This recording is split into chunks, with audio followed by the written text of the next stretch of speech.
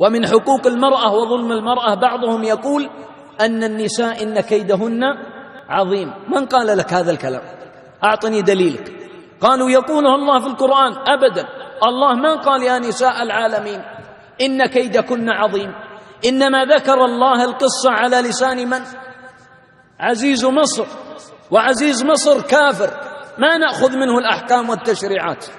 قال فلما رأى قميصه قد من دبر قال إنه من كيدكن إن كيدكن عظيم. فليس قاعدة عندنا نأخذها حكم شرعي. وما هو كيد امرأة العزيز؟ لماذا صنعت هذا الأمر؟ لأنها أحبت يوسف فكيدها حب، لكن كيد الرجال ذكر في سورة يوسف قبل كيد النساء على لسان من؟ يعقوب عليه السلام، موحى إليه من الله. قال ليوسف يوم أن أخبره بالرؤيا يا بني لا تقصص رؤياك على إخوتك. ليه يا أخوان؟ فيكيدوا لك كيدا. كيد الرجال حقد وغل وحسد، وكيد المرأة حب. أي كيد أعظم؟ والله ما سمعت أن امرأة تتشارع مع امرأة في البلدية ولا في المحكمة. سمعتوا؟ والله أنهم الرجال هذا خذ مالي وهذا، ويلا هم ضاربات بين الرجال. أما النساء في بيوتهم ما عليهم خلاف، ما عندهم كيد، الكيد عند الرجال.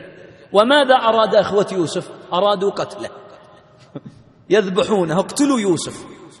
ثم رحمه الله عز وجل قالوا ألقوه في غيابة البئر، لا عطوه ماء ولا عطوه طعام ولا عطوه شيء. أي كيد أعظم؟ تأمل. ومن حقوق المرأة وظلم المرأة بعضهم إذا قال له النساء قال إنهن ناقصات عقل ودين، فيفهم الموطن في غير موطنه. من قال لك أن المرأة مجنونة هي؟ الله عز وجل يقول إن الله لا يظلم مثقال ذرة. لماذا قال الله والسارق وإيش؟ والسارقة فاقطعوا أيديهما؟ ليه يكلفها ربي وهي ناقصة؟ الله عادل من خلق العدل، إنما النقصان هنا شرفا لها وليس ذلا لها. ناقصات دين أي أنها إذا حاضت لا تصلي، وناقصات عقل يعني أن شهادة الرجل بامرأتين. ما العلة والحكمة؟ قال الله أن تضل